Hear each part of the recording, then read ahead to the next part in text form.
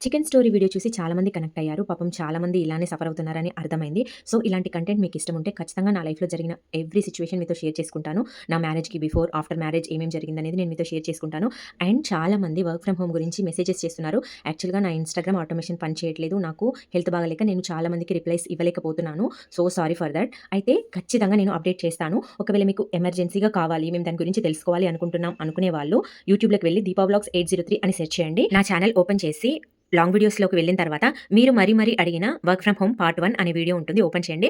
Video open చేయగానే number కనిపించింది కదా అని కాల్స్, మెసేజెస్ చేయకండి. వీడియో పూర్తిగా చూడండి. కాల్స్ చేసి ఎక్స్‌ప్లెయిన్ చేయండి అని అడగొద్దు. ఎక్స్‌ప్లనేషనే ఆ వీడియో. సో, మీరు వీడియో మొత్తం చూసి జాయిన్ అవ్వాలి అనుకునే వాళ్ళు మాత్రమే నాకు వాట్సాప్‌లో మెసేజ్ చేయండి. అనవసరంగా కాల్స్, మెసేజ్ చేయకండి. ఎందుకంటే నేను కూడా ఒక హౌస్ వైఫ్‌ని. నాకు కూడా ప్రాబ్లమ్ అవుతుంది. సో, చూసుకోండి. మీరు వర్క్ కావాలి అనుకునే వాళ్ళు మాత్రమే నాకు కాంటాక్ట్ అవ్వండి. ప్లీజ్.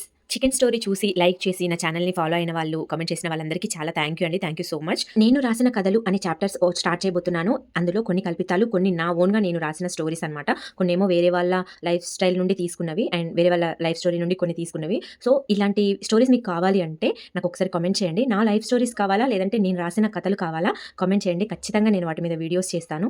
ఒక 2, 3 కామెంట్స్ వచ్చాయి నాకు. ఈ వీడియో మీ ఇంట్లో వాళ్ళు, మీ హస్బెండ్, మీ అత్తగారు చూస్తే మీకేం ప్రాబ్లమ్ కాదా సిస్టర్ అని అడిగారు. Thank you so much for your concern అండి. చూస్తారు. ఒకవేళ చూసినా ఏం చేస్తారు చెప్పండి? మహా అయితే కొడతారు. లేదంటే చంపేస్తారు. అంతకు మించిన భయంకరమైన కష్టాలు పడ్డ రోజులు, అంతకంటే ఎక్కువ బాధపడ్డ రోజులు కూడా ఉన్నాయి. చావు అనేది ఒక ఆడపిల్లని అంత పెద్దగా హింసించలేదు. అంతకన్నా ఎక్కువగా ఈ అత్త, మామ, మరుదులు, బావలు, ఆడపడుచులు, హస్బెండ్ హింసిస్తారు. ఇది నా ఒక్కదానికే కాదు, చాలా మందికి ఇలాగే జరిగింది. ఒక్కొక్క కామెంట్ చూసినప్పుడు నాకు అనిపించింది, నిజంగా నేను కాదు, నా ఒక్కదాని బాధే కాదు ఇది, చాలా మంది బాధ అనిపించింది. నిజంగా నా బాధ కన్నా వాళ్ళు కామెంట్ చేస్తే మీ బాధ చదువుతున్నప్పుడు నాకు చాలా బాధ అనిపించిందండి. కానీ ఒకటి గుర్తుపెట్టుకోండి, నేను ఆ వీడియో పోస్ట్ చేసినప్పుడు చాలా వీక్, కానీ ఇప్పుడు చాలా స్ట్రాంగ్. ఎన్నో బాధలు పడి, ఎన్నో కష్టాలు పడి చాలా నేర్చుకున్నాను, చాలా తట్టుకున్నాను. అందుకే ఇప్పుడు ఇంత స్ట్రాంగ్ అయ్యాను.